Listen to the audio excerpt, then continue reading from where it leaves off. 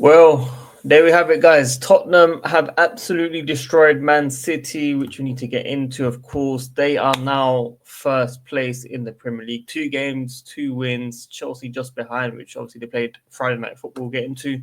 Everyone tuning in, make sure you guys smash the like button, subscribe.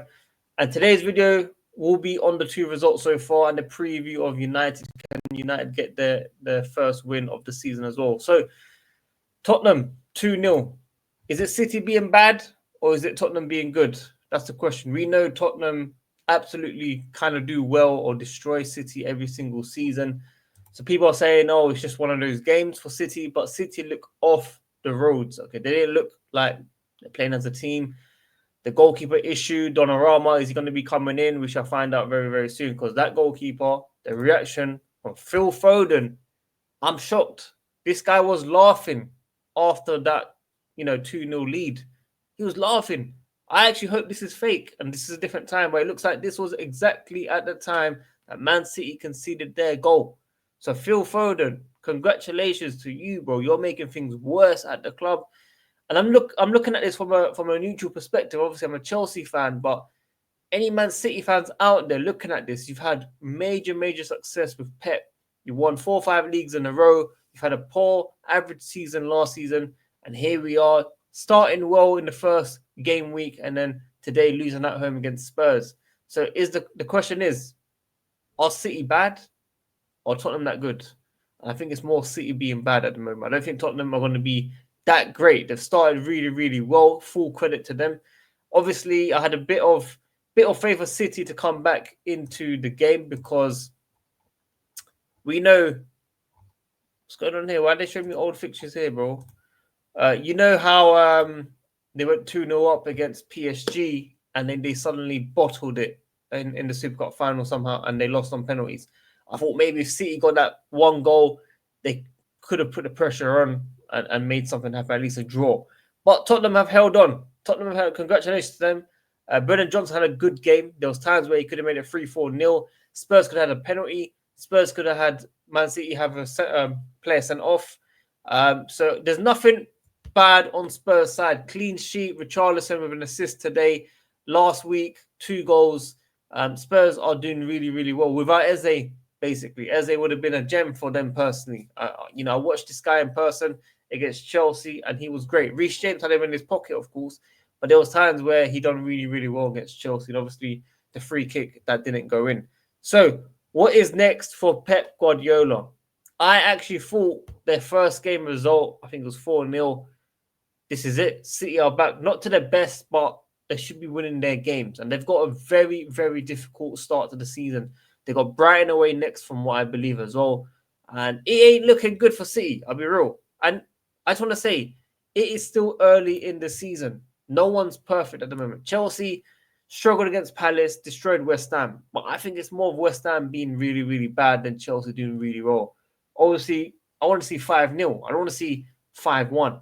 I don't want to talk about Sanchez making mistakes or, whether it was just a good strike from West Ham. But they could have made it 2-1 at the time as well. VAR helping Chelsea. So, Tottenham are in first position. I think, they don't really care about the Super Cup at the moment. Obviously, they need the trophies for sure. But they won the Europa League final. They are now first place. They've got a 5-goal difference, of course. They won 2-0 today. They won 3-0 last week. They haven't conceded this season. I know it's only been 2 games, but for Tottenham standards, guys, that is incredible. Thomas the Frank Engine is doing a good job so far. It would have been nice for him to have the Super Cup final, but it was not meant to be. So, Tottenham 2-0. Stats. I want to see the stats, bro. City had all the possession, just over 60%. Tottenham under 40%. Spurs had more shots, actually. 12-10. 5 shots on target to the 4 of City. And opposition in the box, of course, Man City did have chances, but not enough to make a threat towards Tottenham. I don't think Tottenham had anything to do all game, personally. So, congratulations to Tottenham. It hurts to be even saying that. My brother, obviously, watching that, being a Tottenham fan, must be excited for sure. So, on to the remaining games of the weekend. Arsenal against Leeds. I do expect Arsenal to be dominating Leeds today. I have gone for a 2-0 prediction, but it could be more. Could be more. Gyökeres could be doing something special today. Eze probably watching from the stands. I think it's a here we go. It's a done deal that they will be signing a player. Fabrizio Romano actually mocking Spurs fans. When he announced the deal about Eze to Arsenal, he put the picture in Tottenham Stadium where he's laughing. I think when he scored or something, and it's a violation because obviously Spurs were very close to signing the player, and yeah, we know what the rest is basically. Sol Campbell vibes, or whether it's a William vibe to Chelsea, or who else would have linked with? You know what I mean? Spurs being Spurs, basically, it just wasn't good enough for them. We also have United away against Fulham. This is a big game that I do want to speak about because Man United had a very, very good performance against Arsenal.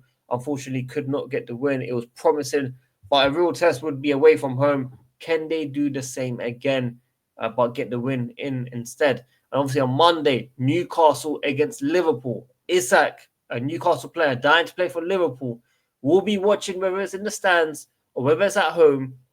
He doesn't want to play for Newcastle again. He wants to join Liverpool. He is not interested in Saudi. He wants to move to the Merseyside city. Actually, you know what? I do think it will happen.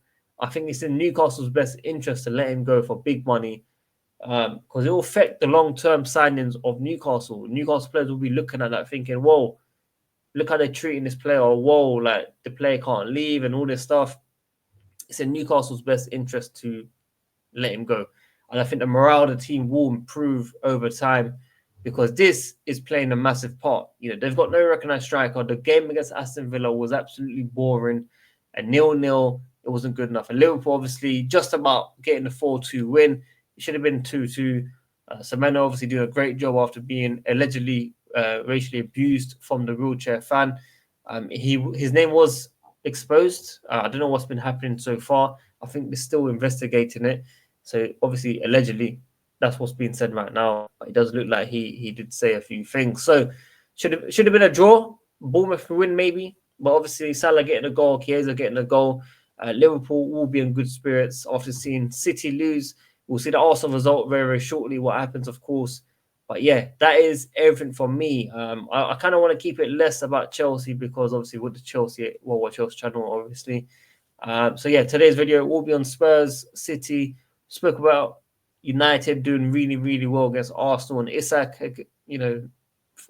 parent club against Liverpool is happening on Monday, 8 p.m. UK time as well. So that is everything from me. Make sure you guys smash the like button, subscribe, hit the notification, tune in single day, comment down below for opinions. And I'll catch you guys very soon. Sadiq Talks Football. I'm out. Peace.